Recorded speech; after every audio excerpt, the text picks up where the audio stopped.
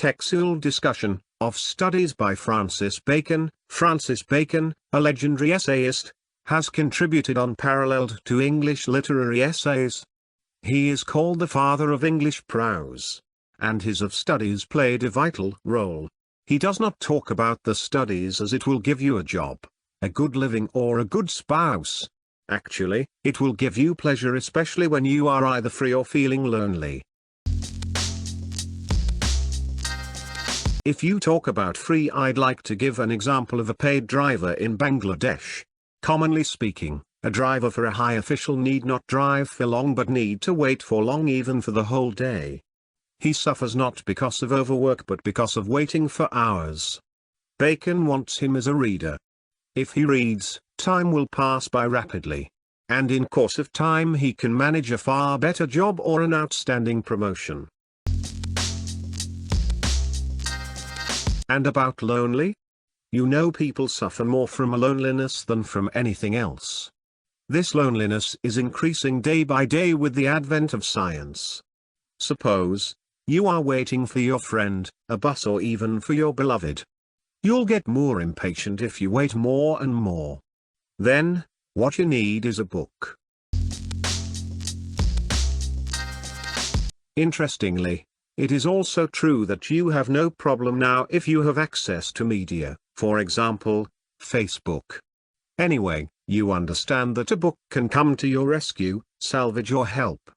Now come to what else studies can do to you according to Bacon's of studies. Studies can bring you ornaments. Oh, so nice piece of news, especially for the female. Really? Actually, this ornament is your speech beauty. The more studies, the more it should contribute to your speech beautification and speech precision, your effective discourse. That is all? No. Still, the most important benefit your studies can bring you is left. And it is your ability. Ability. For what? Ability to fight? Virtually, it is your ability to judge some conclusions, ability to identify something better or worse, and even to make your business profitable. Now let me ask you a question. What can expert men do? The answer is the expertise to execute what should be accomplished properly. And it is studies that can make you expert. You're watching the video, voiced by Ivona, written and prepared by Ohidur Chad, Assistant Professor of English at universities. On the other hand, excess of anything is bad. As a result, if you study too much, you will turn lazy, slow and inactive. For example, in an English film, the wife has been spending quite a few days at her mother's house. Then she was frequently asked about it.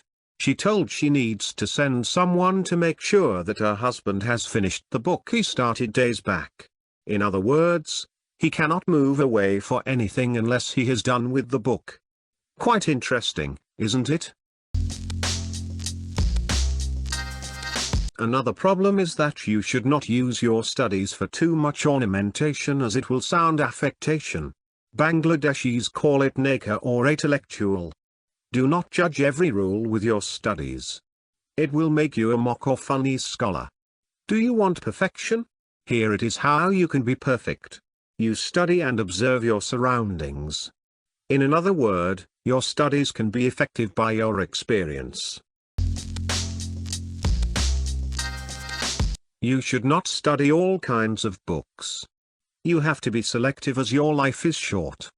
Neither is every knowledge needed. If you are crafty, you will condemn studies. If you are simple, you will love studies. To your success, you can use your studies if you have become wise. Do not entangle you with your contradictions. Neither confute the book nor believe everything as it says.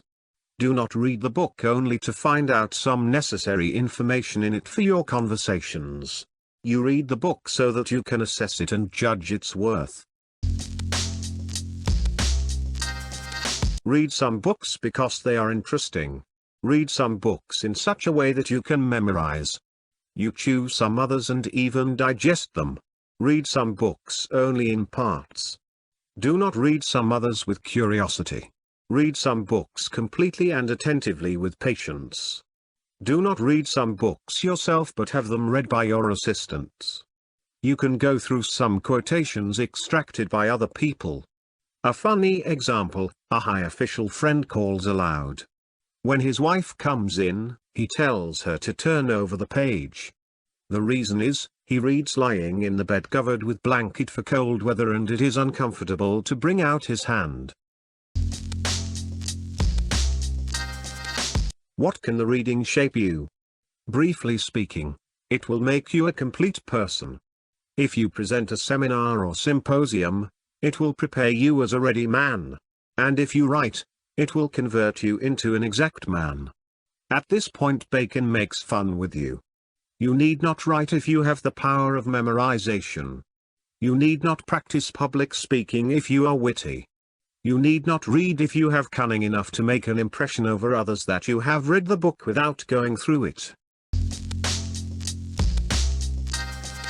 If you read the books of history, you can be wise. If you study poetry, you can be witty. If you study mathematics, it will make you subtle. If you study natural philosophy, it will create your insight to see things deeply. If you study moral lessons, they will make you serious and critical. If you study logic and rhetoric, they will make you ready to compete, resist and oppose when necessary. Abunt studia in mores means studies enhance customs, ethics and values. A proper selection of books can make you witty in the same way that different exercises cure different diseases. For examples, bowling will prevent you from growing stones in your body. Shooting will take care of your lungs and heart. Mild walking will help your digestion. Riding a horse is good for your brains, etc. If you are restless, you should study mathematics. If you want to prove something and illustrate another, you had better study lawyers' cases. This is how you can repair various defects in you. The end.